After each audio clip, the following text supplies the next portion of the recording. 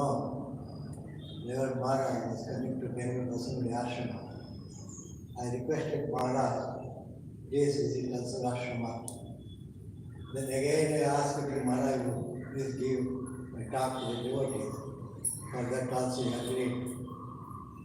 Maharaj was very fortunate to have a holy company of Swami Premashananda Maharaj. He was with him many years and he took notes of conversation of sadhus and devotees. Now it is coming in the Vedantesri and as well as in our Kannada magazine. It is a great treasure and everyone has to give thanks to Maharaj. That treasure, it is a great helpful in spiritual life mostly. Not only that, but practical hints are there for everyone. To follow that, our life path will be very clear if you read that life. So Swami, I requested Swami to come here. And Maharaj was the General Secretary of this great organization. And now he has become Vice President of this organization and giving to the devotees with the path which Sri Ramakrishna has started, Swamiji and Mother and directors of the start. That line, Swamiji is taking the spiritual aspirant to fulfill the human life. Once again, I welcome Maharaj and we will talk to them. And this talk it is a blessing for us because in this life, it gives us new life, new direction to our spiritual life. In this, keeping this in mind, I requested Maharaj to talk to you. Thank you.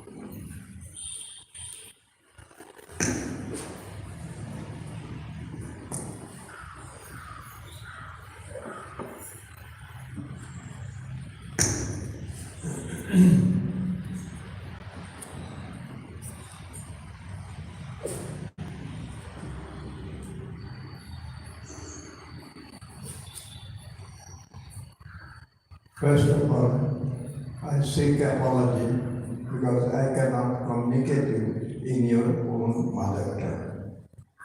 I am helpless.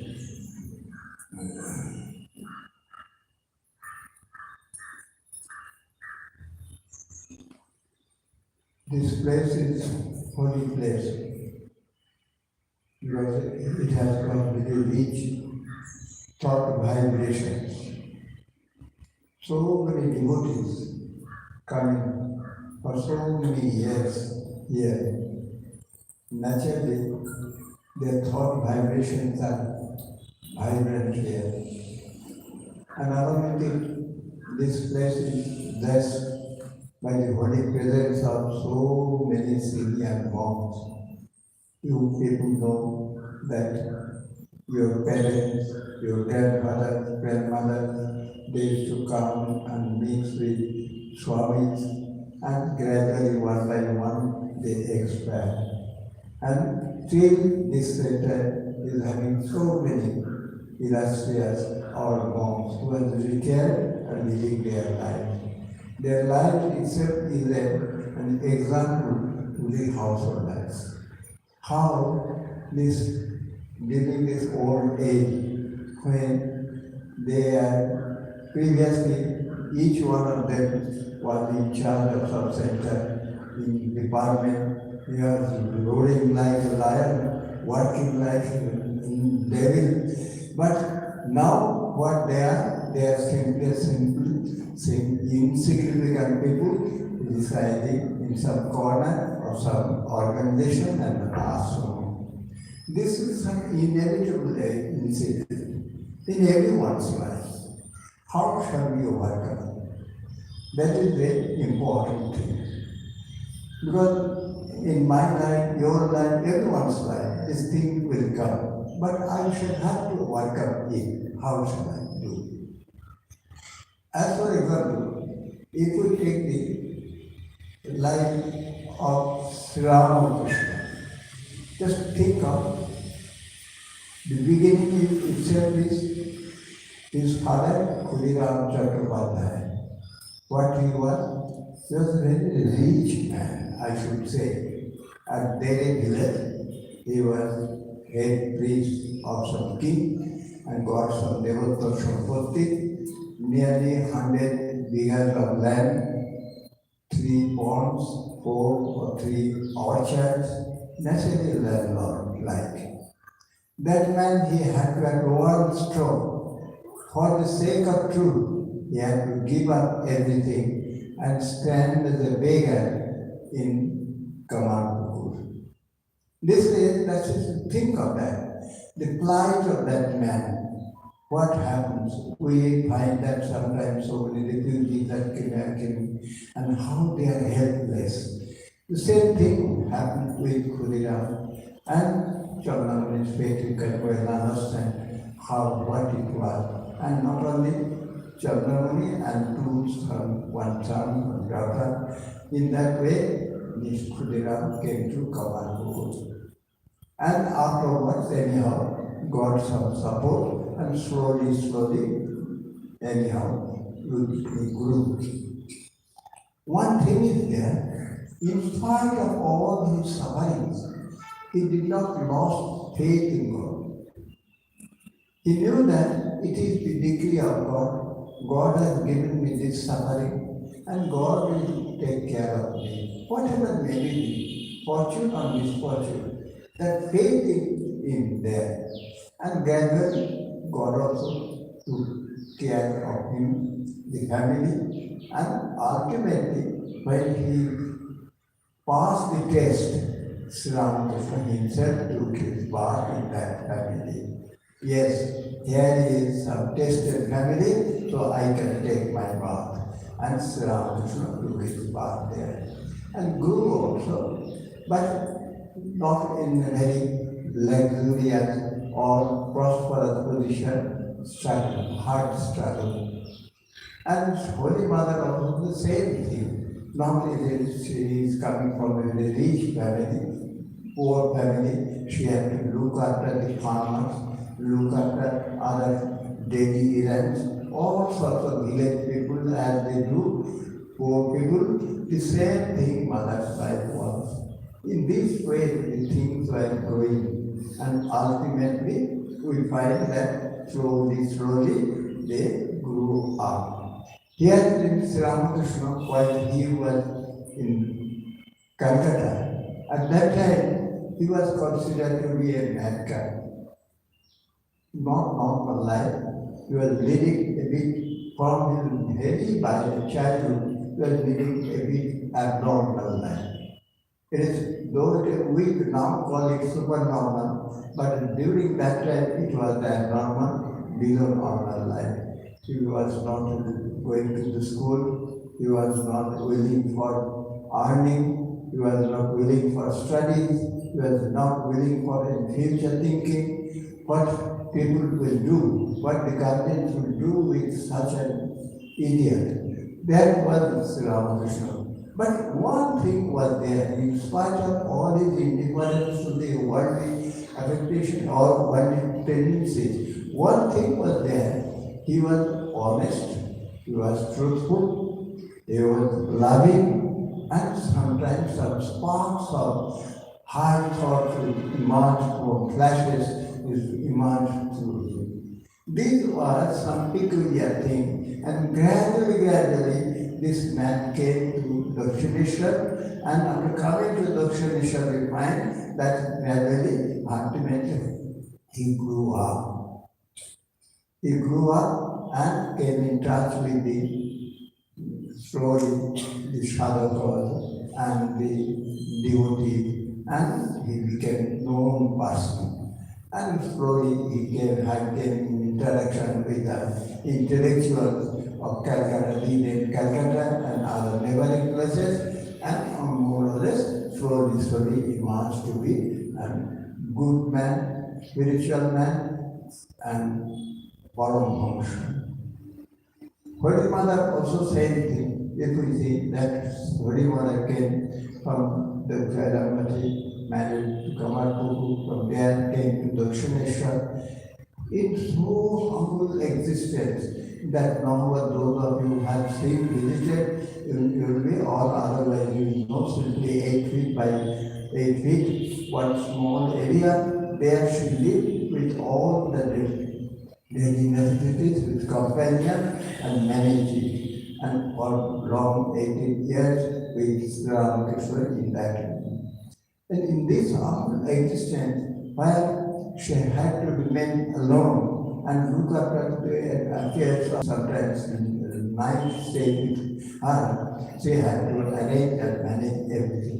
In this way it was going on. Ultimately, we know that Sri Ramakrishna developed cancer and he was shifted to Shampoo. When Shampoo was shifted, what was the condition? Then Holy Mother was by nature village girl, she was shy, and in presence of all the male members, they had to stay. And that staying, own corner that was shared one just one staircase, one corner was there. There she passed the whole day, and there she would prepare food for Ramakrishna and other things. And last time only she to come down and stay in some corner of the house room. This was her life. And in Kashipur, same thing. In Kashipur, though she had some advantages, but one incident pains her very much that when Sri Ramakrishna passed away, at that time what would be the fate of Holy Mother? That's why if we just see so long Sri Ramakrishna was there, the people are looking after because of the necessity of Sri Ramakrishna, they had to take the help of Holy Mother. But when no more Sri Ramakrishna is there, what is the necessity of Holy Mother? And there's no need of Holy Mother's existence, no presence was required. And not only that, what humiliation, how humiliating, only Balaram Babu was there, that was the reason she got this shelter. Otherwise, she was humiliated because they had to evacuate the house, vacate the house because the rent period was over, naturally, and when mother was coming out in a carriage, that time the Darwan held him. Your payment is not yet finished, so I won't allow you to go out. You will have to make payment first. And then Balaram came to the rescue, Balaram relieved, and mother was taken to Balaram's house, and afterward the story we know. In our organization also the same thing is there. We all know when Sri Ramakrishna gave up his body, what was the condition of the organization. By at the behest of Sri Ramakrishna, Suren Babu arranged for accommodation, and there these Naren Rakhal and all they arranged to still live there. And in this way their Varanakar monastery was started. But just when it was started, Balaram was giving them to some extent some amount of food. They are living on begging some amount of food support, and Suren Babu, he was giving the rent of the house. Now both of them died. So within a few months gap, both of them died. So the whole of the monastery was in distress. But they did not lose heart. Their target was fixed. They kept on doing whatever they were doing by begging, by praying in this method. In this way, the organization went on and on. We know the story that Swami Vivekananda went to America, and up till America going, or his recognition, it was in some delays, very much suffering. They had to beg from door to door, and sometimes they had to go out for begging because not to become the burden on society. That was their condition, but some heydays came when Swami Vivekananda was accepted as the Chicago address, the champion of the whole world. That time they had some hay days, some sunny days came for the order. Again, that period also again finished within few years. So Vivekananda left 1992. At the age of below 39 years only, so though his health was running down, though people are apprehending about his health because he was having so many ailments, but certainly nobody could just think of that he would cast off his body within 40s. But all of a sudden, that thing also happened. So again, the organization was in sufferings. So many turmoils and gradually things are going on, and ultimately today we find that we are on a steady field. But one thing is there, whenever, however rich, however prosperous, however fortunate you may be, at any moment anything may happen. That sort of uncertainty is always in our life. But that uncertainty, how we surmount, that is the thing.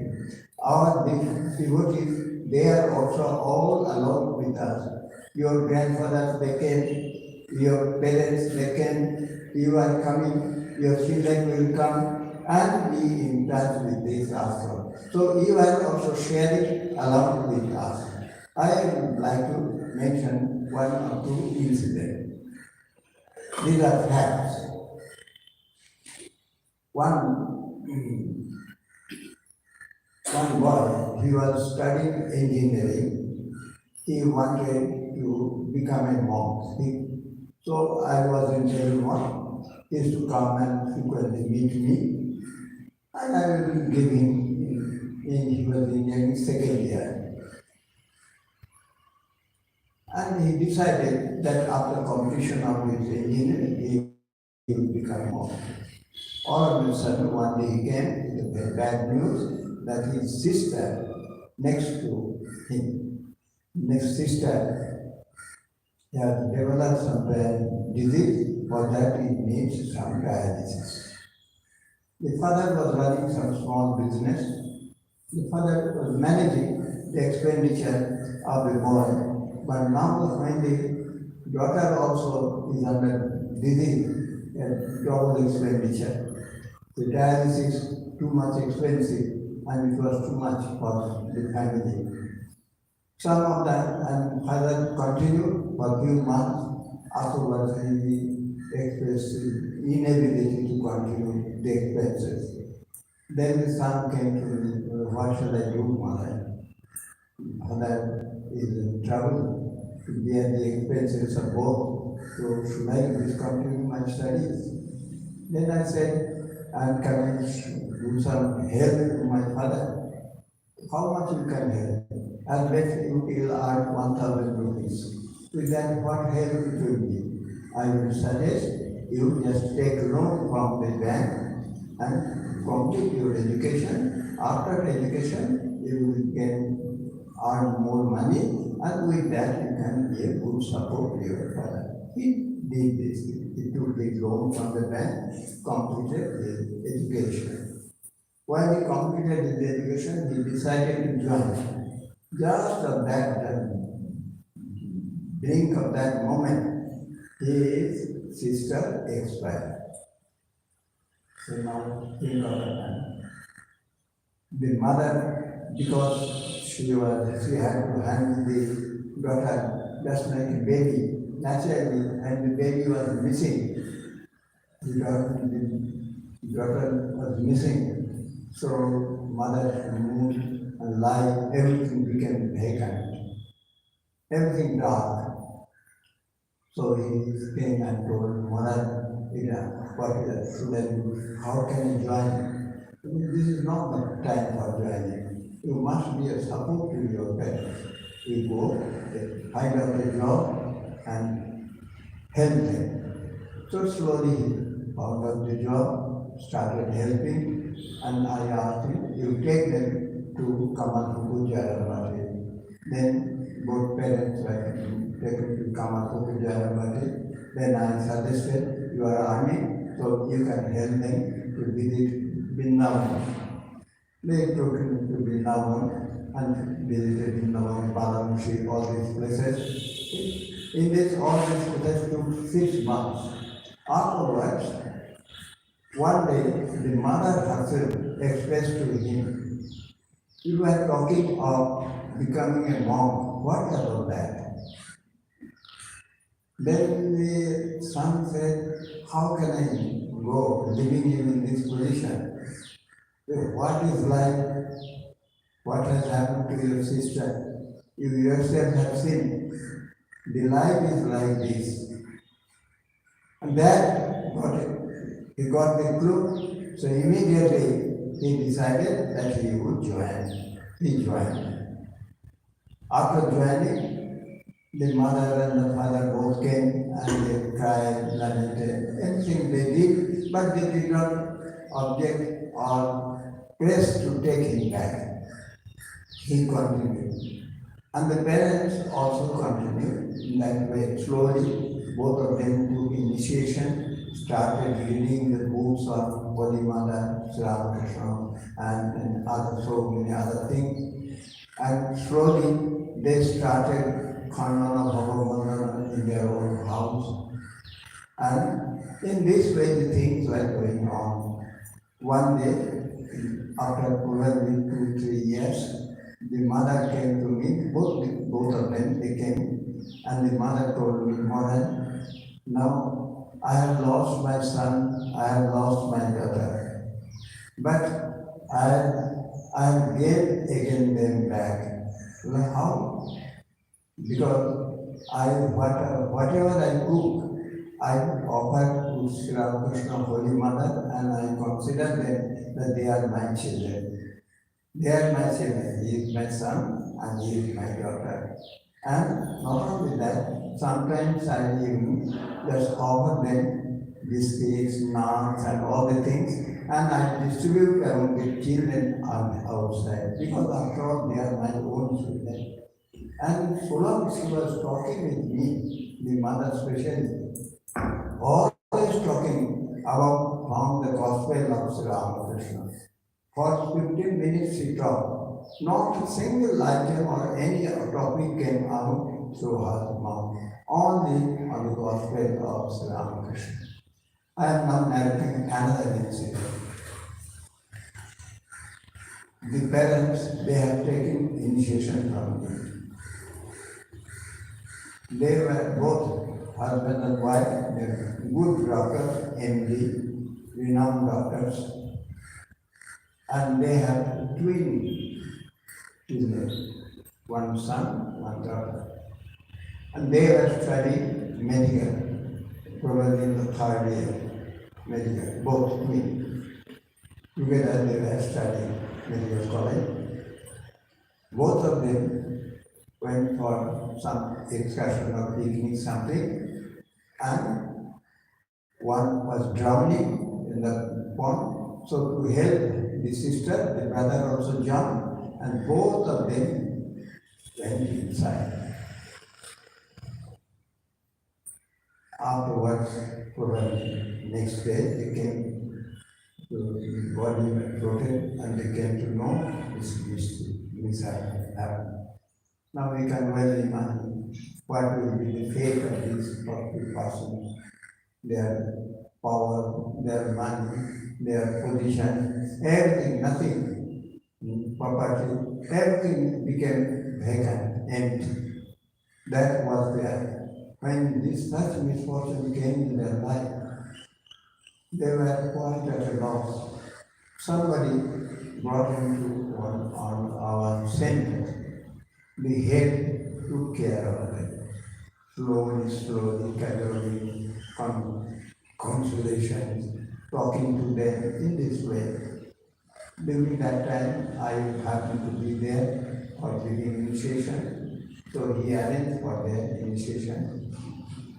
And I gave the initiation, afterwards I started giving some time to them. Slowly, they came in touch, and sometimes occasionally to be the bedroom there, some wherever they used to go in this way. And slowly, I suggested them that you will have to, it is fact that you all gave back. But you have the talent, you have the capacity. Why not you utilize your energy, trying for some better cause, some higher cause? And slowly ask them to study the life of Sri Ramakrishna, his medical treatments and something like that. And ask him to give a talk on Sri Ramakrishna, his medical treatments about it. Because he was a physician. And he gave it. For that he had to study a lot. And his mind was engaged in something higher things. And the wife, that wife, she was also doctor. I suggested her, why not you give some counseling those who are mentally handicapped, mentally distressed and so she also has started doing that thing. And slowly within these 2-3 years I am finding out that they are making use of their time in a very befitting manner. Especially they themselves have become some shelter home for so many families. Why? Because they can cite their own examples. My son, my brother, and I am suffering. So see how I have overcome. So this is the blessings of Sri Ramakrishna. Sri Ramakrishna, you just touch him, he will heal him with everything. Everything. Mother said, never take this suffering as some misfortune. Suffering in no man. Mother, her own words, dukkha bhagavane nam. So, thank you.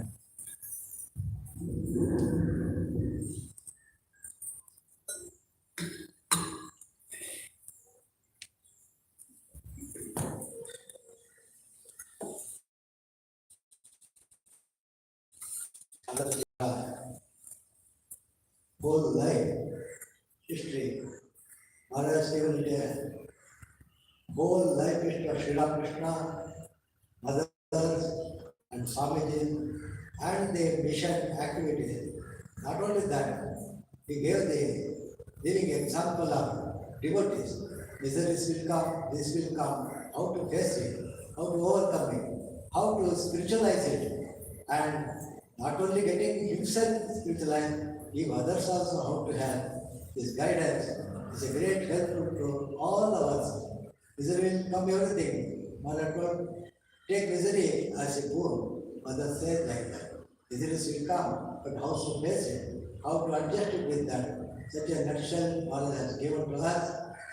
If you read 2-3 months books, within half an hour is given the essence of that whole our scriptures and books and everything. So I convey my heart to thanks to the Maharaj and I humble request next time when Maharaj comes, so many seekers are here. They want a concession. I hope Maharaj will agree and come to next time and give the concession to the spiritual aspirants. And afterwards, Maharaj will come to the open auditorium. You please come there. You can, your pranam should be done there. Thank you very much.